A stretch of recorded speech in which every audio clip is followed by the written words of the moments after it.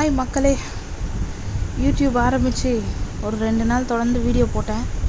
அதுக்கப்புறம் வீடியோ போட டைம் கிடைக்கல விட சோம்பேறித்தனமாக இருந்தது. சரி இன்றைக்காவது ஏதாவது பண்ணுவோம் அப்படின்ட்டு பிரியாணி செய்கிறத வீடியோ எடுத்து போடுவோம் அப்படின்னு சொல்லி ஆரம்பிச்சிருக்கேன். பாருங்கள், நார்மலாக எல்லோரும் செய்கிற மாதிரி தான் செஞ்சுருக்கேன். என்ன பாஸ்மதி ரைஸ் போடுவாங்க, நாங்கள் வீட்டில் உள்ள ரைஸே போட்டு செஞ்சோம். நார்மலாக எங்களுக்கு அதான் பிடிக்கும்.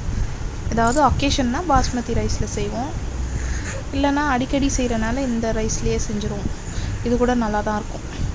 சட்டி காலி பண்ணுற அளவுக்கு சாப்பிட்ருவோம். ஸோ இது என் ஸ்டைல் பிரியாணி. அடுத்த வீடியோவில் நான் எங்கள் அம்மா செய்கிற ஸ்டைலில் பிரியாணி பண்ணி போடுறேன். அப்பாவோட ஸ்டைல் கூட டிஃப்ரெண்ட்டாக பண்ணுவார் அப்பா.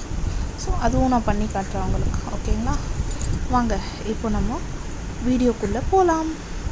ஸோ ஃபஸ்ட்டு ஆனியன் ஸ்லைஸாக கட் பண்ணிவிட்டு ஒரு 5 ஆனியன்ஸ் எங்கள் ஃபேமிலிக்கு ஏற்ற மாதிரி நாங்கள் ஒரு 5 பேர் சாப்பிடுவோம். 5-6 பேர் தாராளமாக. ஸோ அந்தளவுக்கு தான் மெஷர்மெண்ட்டு எனக்கு கரெக்டாக சொல்ல தெரில. ஸோ நெக்ஸ்ட்டு வந்து ஆனியனுக்கு அப்புறம் தக்காளி ஒரு 4 டொமேட்டோ கட் பண்ணி வச்சுக்கணும். அப்புறம் ஒரு 4 பச்சை மிளகா, புதினா, கொத்தமல்லி, கருவேப்பிலை இதெல்லாம் ரெடியாக 5 வச்சாச்சு. ஸோ எல்லாம் ரெடி பண்ணி வச்சுட்டு பிரியாணி செய்ய போனால் ஈஸியாக இருக்கும், நமக்கும் டப்புன்னு வேலை முடிஞ்சிடும். ஸோ அதனால் ஃபஸ்ட்டு இதெல்லாம் ரெடி பண்ணிவிட்டு இன்றைக்கி வந்து அவர் ஆஃபீஸ் போயிருக்காரு. அவருக்கு பிரியாணினா ரொம்ப பிடிக்கும். ஸோ வீட்டில் செய்கிற பிரியாணினா ஸ்பெஷலாக பிடிக்கும். ஸோ அவருக்கு தெரியாது இன்றைக்கி பிரியாணிங்க செஞ்சு வந்தோன்னே சர்ப்ரைஸ் பண்ணுவோம். நீங்கள்லாம் பாருங்கள், ஓகேவா? அப்புறம் சிக்கனை கொட்டி க்ளீன் பண்ணிவிட்டு நல்லா வாஷ் பண்ணிவிட்டு கொஞ்சம் மசாலா, தயிர், இஞ்சி பூண்டு, வெறும் மிளகா பொடி, மஞ்சள் பொடி இதெல்லாம் போட்டு மிக்ஸ் பண்ணி கொஞ்சம் நேரம் வச்சுருவேன். வச்சுட்டு அரிசியை கூட ஊற வச்சு ஓரமாக வச்சுட்டு அதுக்கப்புறம் பிரியாணிக்கு எல்லாம் ரெடி பண்ணி மிக்ஸ் பண்ணிடுவேன். இதுதான் என் style. Okay, first time voice over கொடுக்குறனால கொஞ்சம் காமெடியாக தான் இருக்கும், அட்ஜஸ்ட் பண்ணிக்கோங்க. வேறு என்ன பண்ணுறது, போக போக கற்றுக்கிட்டு கரெக்டாக பண்ணுவேன்.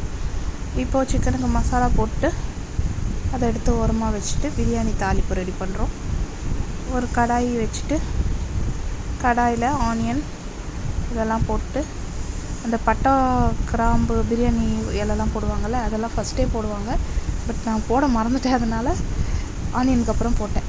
இப்போ தக்காளி போட்டாச்சு, அதையும் நல்லா வதக்கிட்டு இதுலேயே கொஞ்சம் எண்ணெய் பற்றலைன்னு நான் எண்ணெய் ஆட் பண்ணிக்கிட்டேன். மசாலா போட்டு உப்பு தேவையான அளவு, கொத்தமல்லி, கருவேப்பிலை, புதினா எல்லாம் போட்டு மிக்ஸ் பண்ணிவிட்டு சிக்கனை போட்டு நல்லா ஃப்ரை பண்ணிவிட்டு தேவையான அளவு தண்ணி ஊற்றிட்டு நல்லா கொதித்தோன்னே அப்புறம் ரைஸை போட்டு ஒரு 1/2 hour வெந்தால் கரெக்டாக இருக்கும். தம் விட்டுற வேண்டியதான். என் ஸ்டைல் இது தான். ஸோ ஓகே மக்களே, பாருங்கள், பார்த்து என்ஜாய் பண்ணுங்கள். எல்லோரும் நல்லா சாப்பிடுங்க, சாப்பிட்டு ரெஸ்ட் எடுங்க.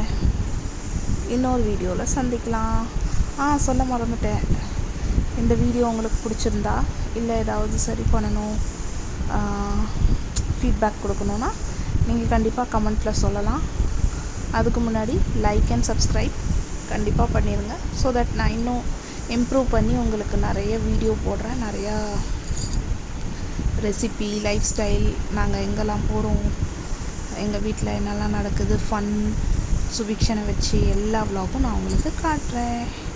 பாய் மக்களே, enjoy, happy night, good night, sweet dreams. டொன்டடாங், பிரியாணி ரெடி.